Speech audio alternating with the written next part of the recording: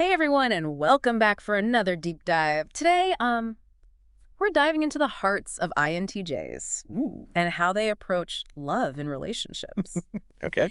When we were first coming up with this topic, I'll admit I was a little skeptical. Really? Yeah, Yeah. because it was like, can a personality type known for being so logical and strategic really thrive in the world of love? Yeah.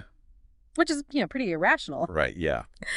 But we've got two great sources here to help us unpack this. Okay, cool. A fun YouTube video from Basic MBTI, Oh, I love them. and a really thought-provoking article from 16 Personalities. Awesome. Yeah. It's interesting because both sources point out this paradox with INTJs. Okay. Like on the one hand, we think of them as hyper-rational, Yep. right? Total algorithms for everything. Exactly. And then you see them applying that same strategic thinking to romance. And I'm just like, how does that even work? So walk me through this. What does strategic love even look like? Well, imagine approaching a new relationship like it's a complex project. So you're setting goals, identifying obstacles, and like mapping out different scenarios. Whoa, so there's no leaving anything to chance? No, Or like letting emotions sweep them away? not really. That is intense. It's almost like they're creating a business plan for their love life. Right? And Yeah. I mean, in a way, they kind of are. Okay, so what are the good things about that? Well, think about it. They're super clear about their intentions, they're proactive, and they're committed to finding solutions if problems come up. Yeah, that makes sense. But as the 16 Personalities article points out, this approach can also backfire.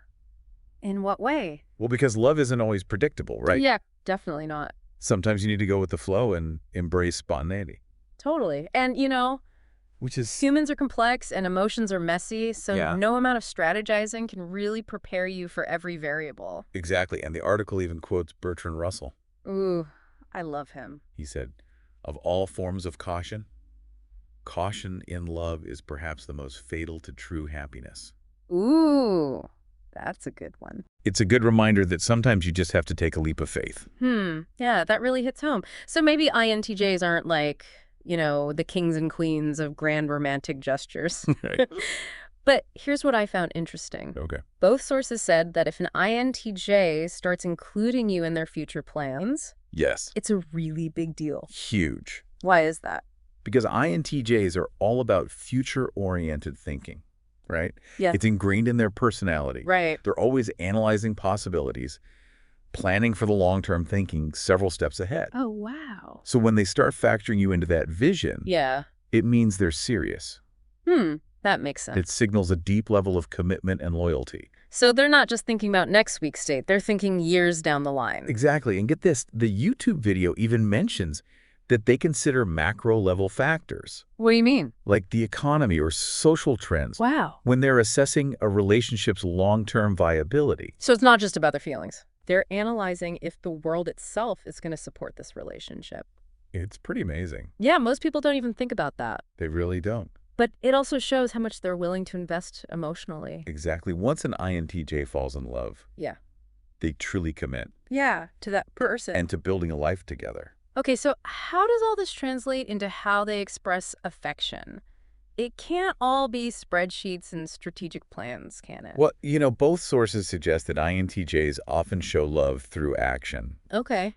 specifically by helping their partner achieve their goals. Oh, that's cool. Remember, they're natural problem solvers. Yeah. And they love to contribute to their loved one's success. So it's like having your own personal cheerleader and strategist Exactly. all rolled into one. But here's a funny thing. What that? The YouTube video points out that INTJs might not even value the same outcomes as you do, Oh, really? but they'll still dedicate themselves to helping you achieve your goals, even if they don't fully understand them or resonate with them. So they may not share your passion, but they'll help you achieve it anyway. Pretty much. That's some serious loyalty. It really is. It's a testament to their commitment and their desire to see their partner thrive. Exactly. They may not always get it, Yeah. but they'll support you wholeheartedly. They will.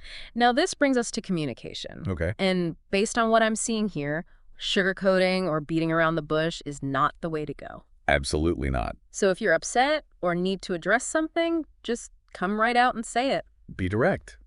Direct and honest. Yeah, the YouTube video even suggests that avoiding confrontation is seen as a weakness by INTJs. Really? They respect open and honest communication, even if it gets a little heated. Okay. So we've talked about their strategic love, their commitment to the future, and their direct communication style. Right. But what about the fun stuff? What do you mean? Like gifts and surprises. Ooh. How do INTJs handle those? Well, let's just say those can be a bit tricky. The basic MBTI video had this hilarious anecdote about how INTJs hate surprise events Oh, no. because it totally disrupts their carefully planned schedules. So no surprise parties. Probably not a good idea. Okay, noted. They love structure and predictability, Mm-hmm. so throwing them a curveball like that might not go over well. Yeah. The video suggests opting for half surprises. That's surprises. Yeah, so they know something's happening, but not the specifics. Okay, so like they know we're going out to dinner, Exactly. but they don't know where. That way they can at least mentally prepare. That's actually a really good tip. You Okay, bet. so we're nixing the surprise parties, but what about gifts? Are they the type to appreciate a heartfelt, sentimental gift? You know, it's interesting. Wait. Both sources emphasize practicality, even when it comes to love. Really? It's like their love language is efficiency. So we're talking more like a new gadget they need than a bouquet of flowers? Exactly. They prefer useful, well-thought-out gifts over purely symbolic ones. So what should I do? Just ask for their wish list. Oh, They'll be thrilled to provide a detailed list of things they actually want or need. problem solved. Plus, it makes gift giving a lot easier. It really does. Now there's one more thing that both sources kept bringing up. And what's that? Alone time. Yes. And we're not just talking about a little me time here. Right. It's a significant need for solitude. It's true. INTJs are introverts, and they need a substantial amount of time alone to recharge and process their thoughts. So it's not that they're being antisocial. Not at all. They just need that space for introspection and mental rejuvenation. Exactly. And if you think about their strategic nature, it makes sense. Oh, so. This isn't just downtime. Yeah, It's their strategic planning time. totally. They're probably mentally optimizing their week, Yeah. including how to make your life better. Oh, that's a great way to look at it. But it must still be challenging for partners who are more extroverted or need constant interaction.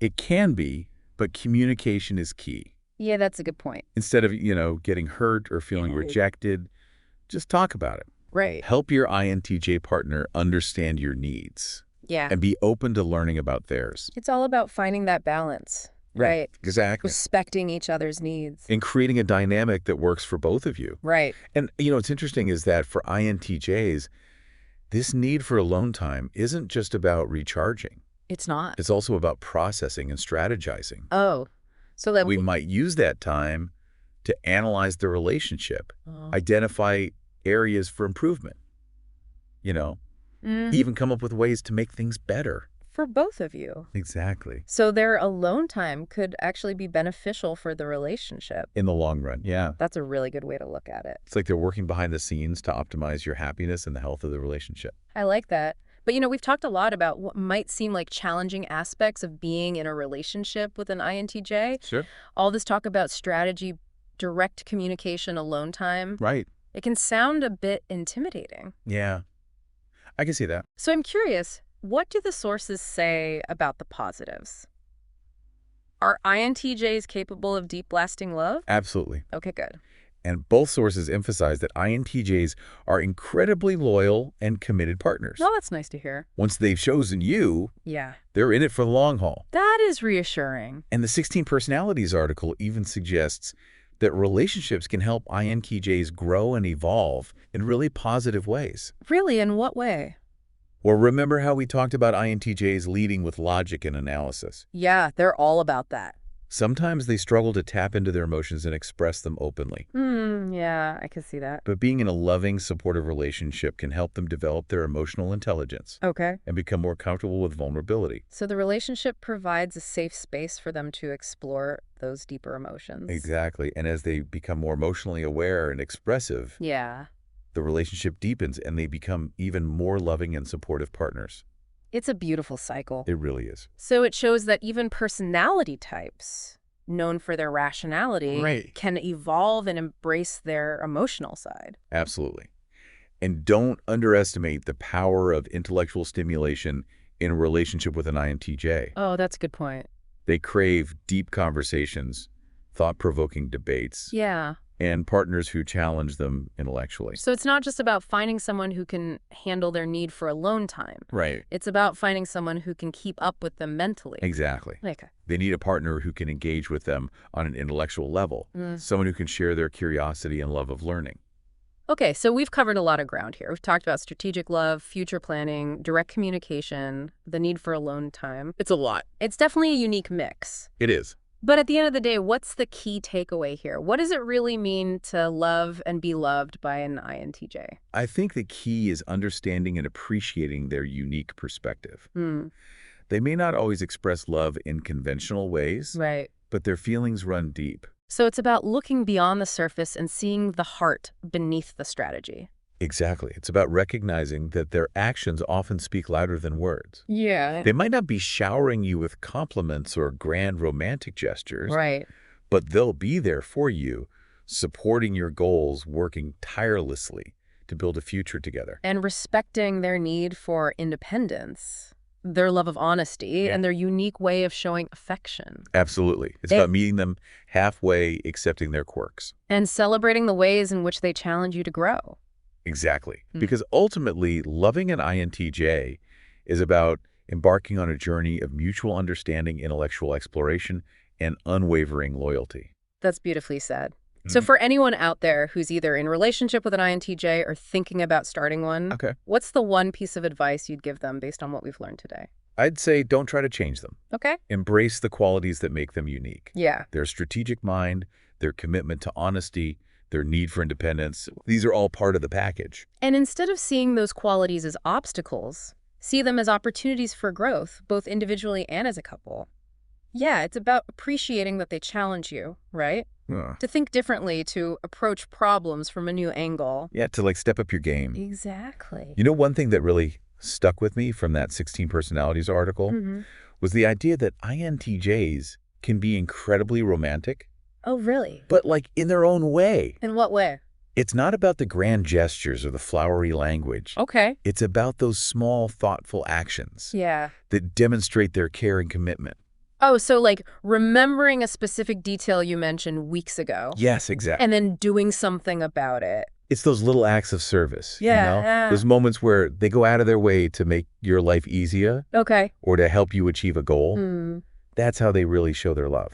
So it's less about saying, I love you every 5 minutes. Right. And more about showing it through consistent, meaningful actions. It's exactly. Even though we've been focusing on the romantic side of things, these same qualities that make INTJs unique partners also make them amazing friends.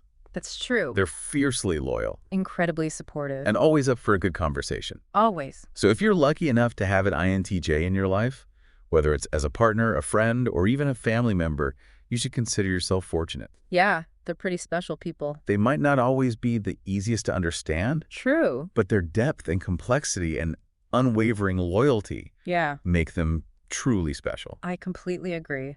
So as we wrap up this deep dive into the INTJ heart, I think it's important to remember that every personality type has its own strengths and challenges. Absolutely. And there's no one right way to approach love or relationships. Nope. It's all about finding someone who compliments you. Yeah. Who challenges you to grow. And who you can connect with on a deep and meaningful level. Right. And sometimes the most unexpected pairings can lead to the most incredible relationships. I think that's a good note to end on. So keep exploring, keep learning about yourself and others, and keep an open mind when it comes to matters of the heart. Yeah, you never know where you might find that special connection. And on that note, we'll wrap up this deep dive. We hope you enjoyed exploring the INTJ heart with us. And we encourage you to keep diving deep into this fascinating world of personality and relationships. Until next time.